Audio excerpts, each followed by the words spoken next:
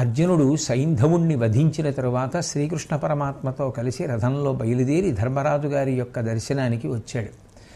ఇద్దరు ధర్మరాజు గారికి నమస్కరిస్తే ధర్మరాజు గారు ఎంతో సంతోషంతో వాళ్ళిద్దరినీ కూడా ఆలింగనం చేసుకుని అర్జునుడితో మాట్లాడుతూ అంటాడు, చేనిత్తురు కాకుండంగా ఆ సైంధవుని చంపి క్రమ్మర మీరల్ రానోచితి నా భాగ్యం బేన పొగడు నట్టిదయ్య నీతని కరుణన్. ఓ అర్జున, ఏమి ఆశ్చర్యం!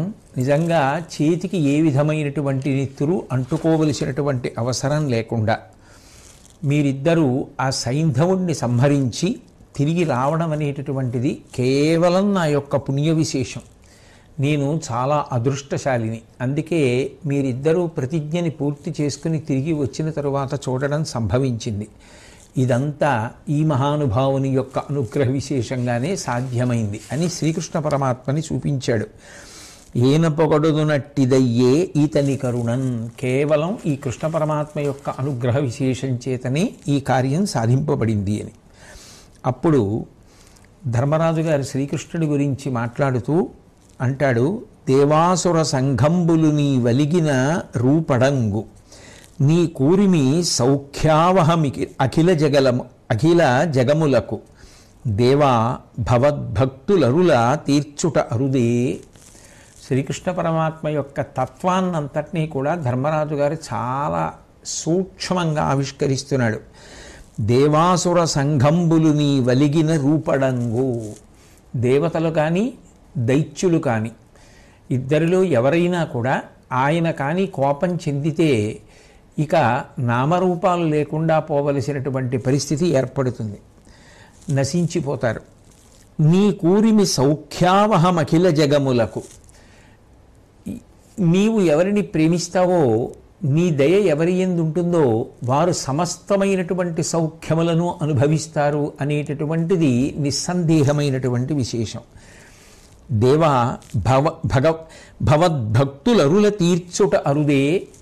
భవద్భక్తులు, నీ యొక్క భక్తులు ఎవరైతే ఉంటారో వాళ్ళ యొక్క అరుల, వాళ్ళ శత్రువుల్ని దునుమాడి వాళ్ళు సంతోషంగా ఉండేటట్టుగా చూడడం నీకు ఆశ్చర్యకరమైనటువంటి విషయమా? అది ఎప్పుడు నువ్వు చేసేదే కదా అని. నిజంగా నీకు ఈ లక్షణం ఉండబట్టి, నువ్వు నిరంతరం మమ్మలను కాపాడుతుండబట్టి మేము ఇలా గట్టెక్కి సైంధవుణ్ణి సంహరించి ప్రతిజ్ఞ నిలబెట్టుకుని ఇవాళ మిగిలిన యుద్ధాన్ని కొనసాగించడానికి కావలసినటువంటి పరిస్థితిని ఏర్పాటు చేసుకోగలిగాం. నీ అనుగ్రహం లేకపోతే నిజానికి సైంధవుణ్ణి వధించడం అనేటటువంటిది సాధ్యమయ్యే విషయమా? కాబట్టి దేవాసుర సంఘంబులు నీ వలిగిన రూపడంగు నీ కూరిమి సౌఖ్యావహమఖిల జగములకు దేవా భవద్భక్తులరుల తీర్చుట అరుదే అని శ్రీకృష్ణ పరమాత్మని స్తుతి చేసి ధర్మరాజు గారు చాలా సంతోషాన్ని ఆవిష్కరించాడు. తర్వాత యుద్ధం ప్రారంభమవలసినటువంటి సమయం ఆసన్నమైపోయింది. మరునాడు తెల్లవారిపోయింది. తెల్లవారిపోయిన తర్వాత రెండు పక్షములలో ఉండేటటువంటి వీరులు యుద్ధానికి సిద్ధపడాలి. అటువంటి సమయంలో దుర్యోధనుడు ద్రోణాచార్యుల వారి దగ్గరికి వెళ్ళాడు.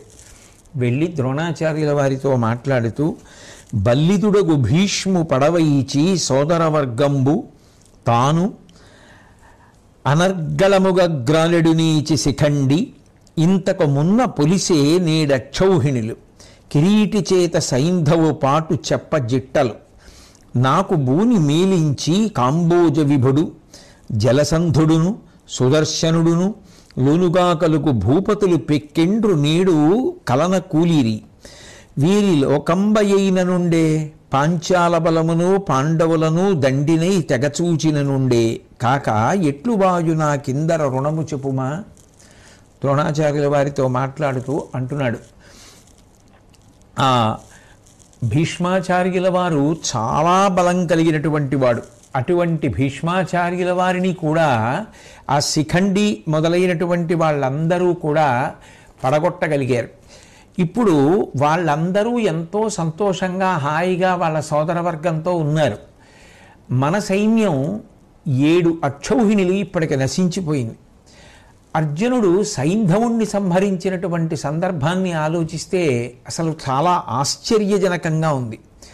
నా కోసం వాళ్ళ యొక్క ప్రాణాలు లెక్క పెట్టకుండా వచ్చి నాకు సహకారం చేసి యుద్ధం చేసినటువంటి వారు ఎందరో నిన్నటి రోజు నిహతులైపోయారు. ఇంతకు ముందు కొంతమంది మడిచిపోయారు. కాంభోజరాజు అలాగే మిగిలినటువంటి రాజులు ఎందరో నా కోసం శరీరాన్ని త్యాగం చేశారు. ఇప్పుడు వాళ్ళందరి విషయంలో నేను చెయ్యడానికి రెండు మార్గాలు ఉన్నాయి. ఒకటి, వాళ్ళందరూ వెళ్ళినటువంటి వీరస్వర్గాన్ని నేను కూడా అలంకరించడం, లేదా ధర్మరాజాదులను ఈ యుద్ధభూమిలో సంహరించి ఓడించి రాజ్యాన్ని పొందగలగడం. ఈ రెండు తప్ప నాకు వేరొక మార్గం కనపట్టలేదు.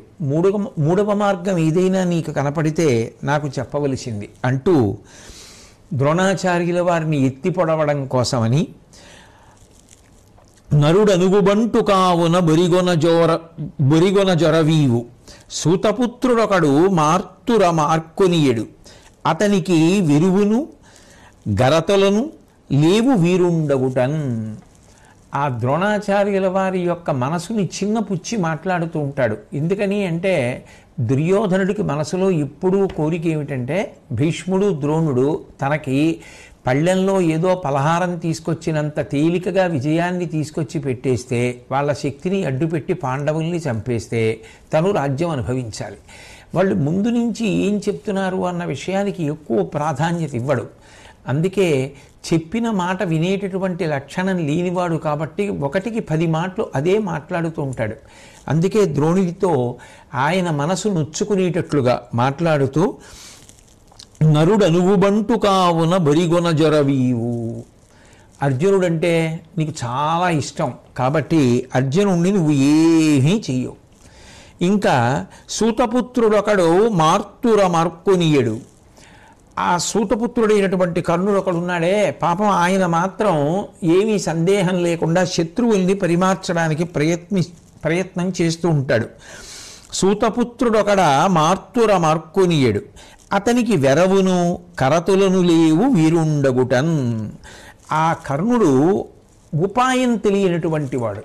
ఏ పద్ధతిలో విడితే విజయాన్ని సాధించవచ్చు అనేటటువంటి మార్గం ఆలోచించలేడు. ఒక్కొక్క కార్యం చేయడం చాలా కష్టపడి చేయవలసినటువంటి పరిస్థితి ఉంటుంది. ఒక్కొక్కడు మేధాశక్తితో దాన్ని సులభంగా సాధిస్తాడు. ఒక కార్యాన్ని సులభంగా ఎలా సాధించవచ్చు అన్న ఆలోచన కర్ణుడికి తెలియదు, మీకు తెలుసు. కానీ మీరు అర్జునుడి యందు పక్షపాత బుద్ధి కలిగినటువంటి వారు కనుక మాకు ఎన్నడూ సహకరించారు. ఇక కర్ణుడి యందు ఇంకొక మంచి లక్షణం ఉంది. ఏమిటిది అంటే ఆయన ఏ విధమైనటువంటి దుశ్చేష్టలు చెయ్యడు. మనసులో ఒకటి పెట్టుకొని పైకి ఒకలా మాట్లాడుతూ ఒకలా పనిచేస్తూ ప్రవర్తించడం ఆయనకి రాదు. అంటే దుర్యోధనుడి యొక్క ఉద్దేశ్యం ఏమిటి? మీకు శక్తి ఉన్నా మీరు పైకి ఒకటి మాట్లాడినా మీరు దానిని అమలు చెయ్యరు. అదే కర్ణుడైతే సులభంగా కార్యాన్ని సాధించడం తెలియదేమో కానీ మనసులో ఒకటి పెట్టుకొని పైకి ఒకటి చేసేటటువంటి వాడు మాత్రం కాదు. అంటే ఆ మాట చురుక్కున ద్రోణుడికి అంటుకోవాలనేటటువంటి అనేది దుర్యోధనుడి యొక్క భావన.